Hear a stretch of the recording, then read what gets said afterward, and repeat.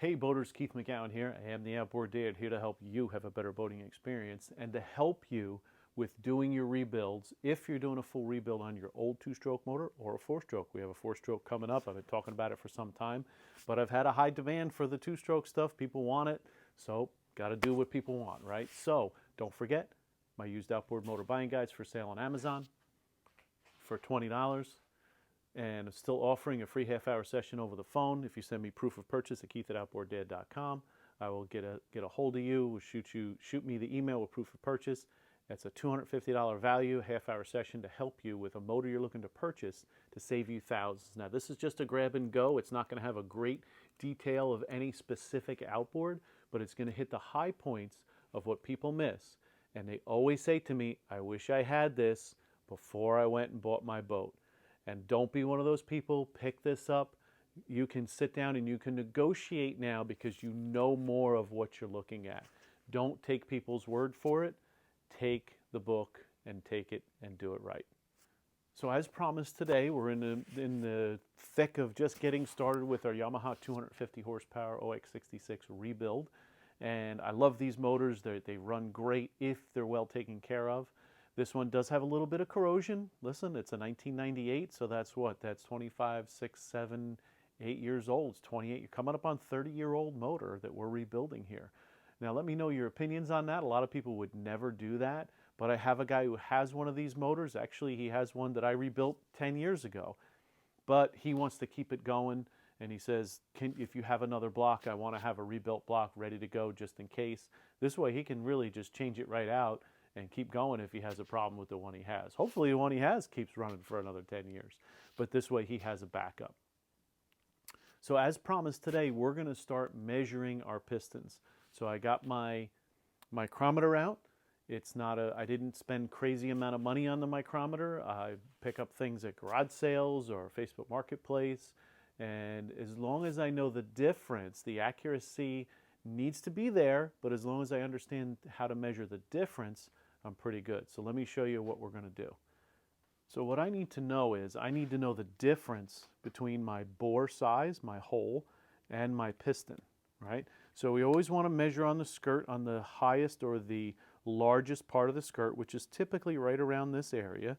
So we can look in the book, and I have my micrometer set for pretty much where it needs to be. See, I just knocked it so it's off a little bit.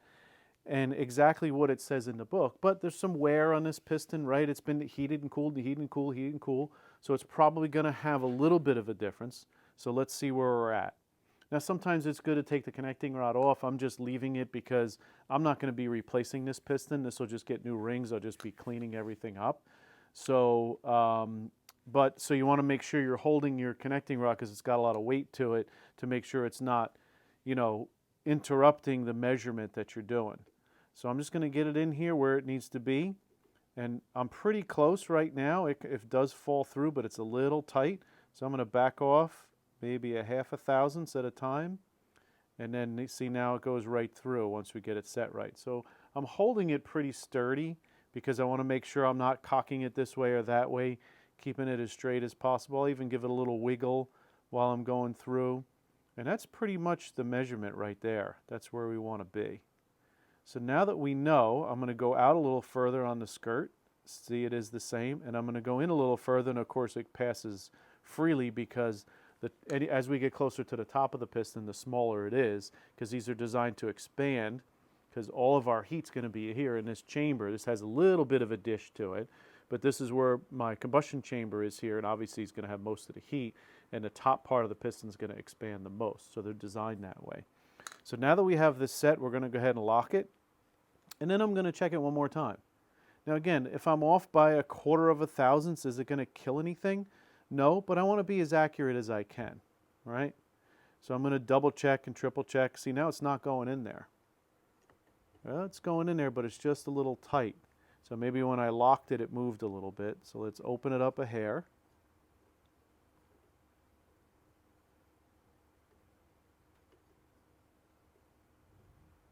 Now it's passing through.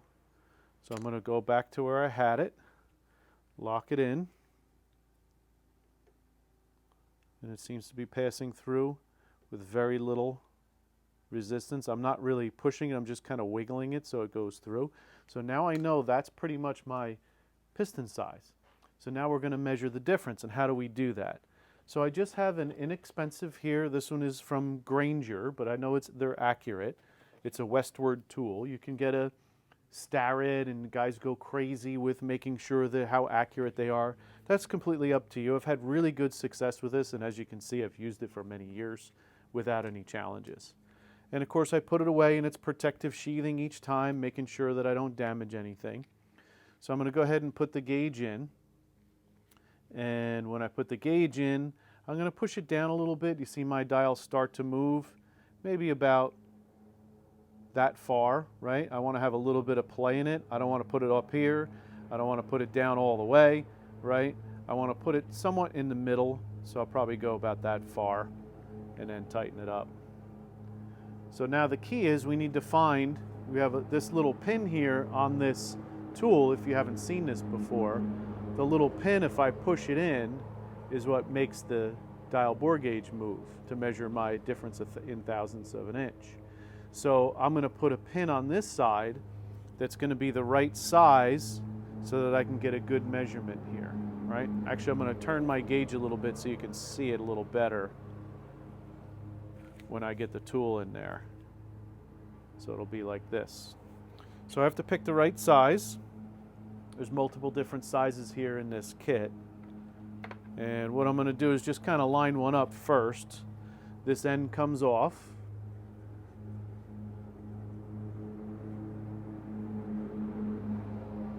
And then this goes in place, and that'll go back on. But right now I just want to see if I'm getting close, and obviously that's too small.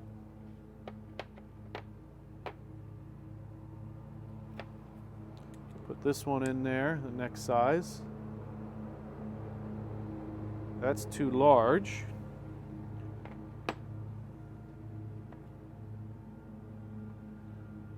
So what I may need to do is, since this is too small, they give me a couple of bushings. So I'm going to put this bushing in here, right, to make up that difference. And let's see if that's where we want to be. Looks like we need another bushing. So there's a couple different thicknesses. You can see this one's not as thick as the last one, but it should get us where we need to be. And that'll do it. Yep, that'll do it. So now I'm going to go ahead and put the collar back on. Tighten it down. I'm not going crazy, but I don't want it to shift at all, right? So now what I'm going to do is I'm going to push on the little pin here, and I'm going to hold this one because I want to hold this centered. See, I already popped it off. So I want to hold this so it's centered, and then I want to center it and see where I'm at. So what I'm going to do is I'm going to move my gauge because I want my gauge to be on 0. Right, I want it zeroed out. Could use this little tab too, but I end up hitting that sometimes, so I like turning the gauge to where it needs to be. And now I'm going to measure this, and I want to be centered, and I want to zero this out. So it looks like that's where I need to be, so I'm going to move my 0 over a little bit. And pretty close.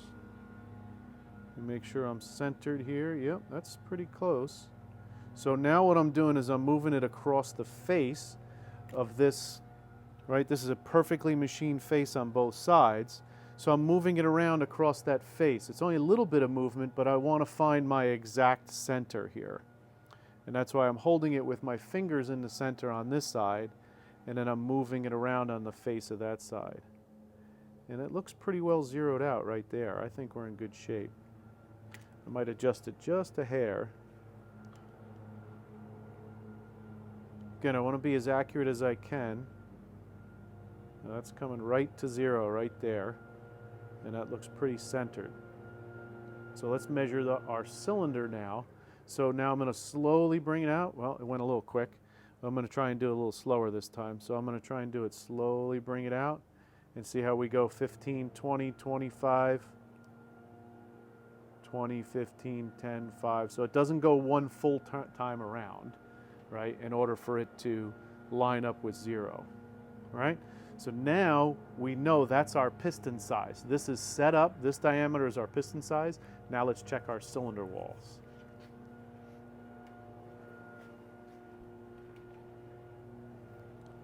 So on my first hole here, again, I'm going to start at the top. We're going to go top and bottom, but we're going to start at the top and let's see what our difference is. So if you remember, we could go 6 thousandths is what the factory says difference.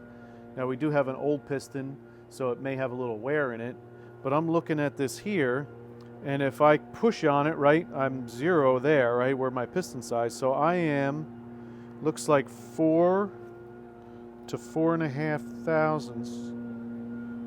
Yeah, it's about 4 thousandths piston wall clearance, right? Now, different manufacturers of pistons will tell you they want different piston wall clearances. If we looked in the book, it said 6 thousandths. I'm not seeing that here. I'm seeing 4 thousandths. So now what we're going to do is we're going to measure this way, and that's going to tell us if we're out of round. So looking at my gauge this way, wow, that goes all the way out. That goes all the way out to, let's see if I can show you that. Wow, that goes all the way out to 6.5 thousandths. So isn't that interesting? Let's measure this again. And again, we're at 4 thousandths. And over here, we're at 6 thousandths. So let's check that book to see what out of round spec is.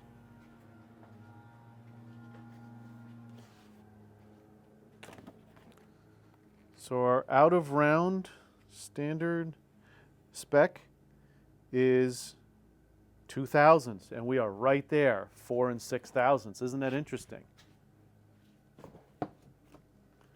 Now it says our taper is 3 thousandths.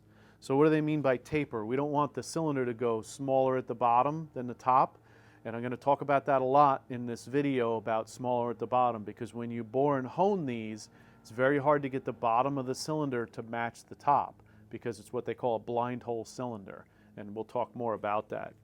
But let's just measure again here and see where we're at. So we're at 5 thousandths there, actually 4.5 thousandths there, and then when I go this way, I'm at 6.5 thousandths. So that's right at that mark. So I'm going to go down in the cylinder a little deeper now. And as I go deeper here, look at that. I am at 6 thousandths. If I go up here, I'm only at 4 thousandths. So that's a 2 thousandths taper so far, and we've only gone down about an inch. Now the rest of the cylinder in the middle has ports, so it's almost impossible to get an exact measurement where the ports are. So we're going to go below the ports now and see what the lower cylinder gives us. And that is giving me, looks like 8 thousandths there. And then we go even lower at a different angle, and we're at about 8 thousandths there. So now we'll go, let's see if I can get all the way to the bottom. The bottom is the hardest to get on these, to get measured correctly. So we'll get it in there.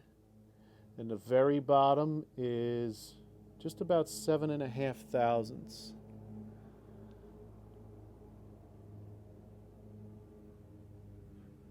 It's very tricky to get it in there to get the right measurement. Yep, so that's about 7.5 thousandths at the bottom. Okay, so where does that leave us now? We're right in the maximum of what the spec says that we should do. So the first thing I would want to do is, I know I'm going to reuse the pistons, but I want to get a new set of rings inside here and see what my ring gap is. But there's a few tricks I've learned from some guys over the years that I'm going to use. One of them is, I'm going to go in this cylinder with 100 grit as if I'm going to bore it. but I'm not going to take a lot of material off. I just want to get some scratches in that cylinder that's deep, and then I'm going to go 200 and I'm going to go 300 very, very lightly before I do my plateau hone and my ball hone. And we're going to go through this whole procedure. So it goes by quick. It sounds like a lot, but it's a lot of stuff that these old timers taught me that gives longevity out of these motors. So I know I'm within spec, within that 2000s, and I think the taper was 3000s. Let's check that. Because if you remember, at the bottom we went down to 8000s, right? And this is it telling you it needs a 6000s piston wall clearance. So yes, my taper, right? I'm sorry, that's correct. So my taper was 0.003 and my out of round was 0.002. So we are right there. So ultimately now I have to measure all the cylinders the same way against that one piston. Now I could measure each individual piston, but I'm going to assume they're pretty close to where we're at. Now if I had something that was 5 thousandths out, now that's got to be bored over. So I'm going to check the rest of them, and then we'll start in the next episode. We're going to measure that bad cylinder and see how we're going to work that out. So please like, subscribe, send me any comments that you have. Today's video is brought to you by the Ansel MR500 diagnostic tool for Yamaha outboards. They also have one for Suzuki outboards. The Yamaha outboard one will also do wave runners from 2002, 4-stroke and 2-stroke. Even your HPDI motor can be diagnosed. All of those sensors, who knows what's going on until you hook up the tool and see what it's doing.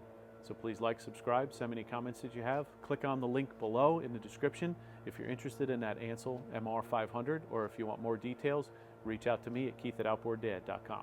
Have a great day.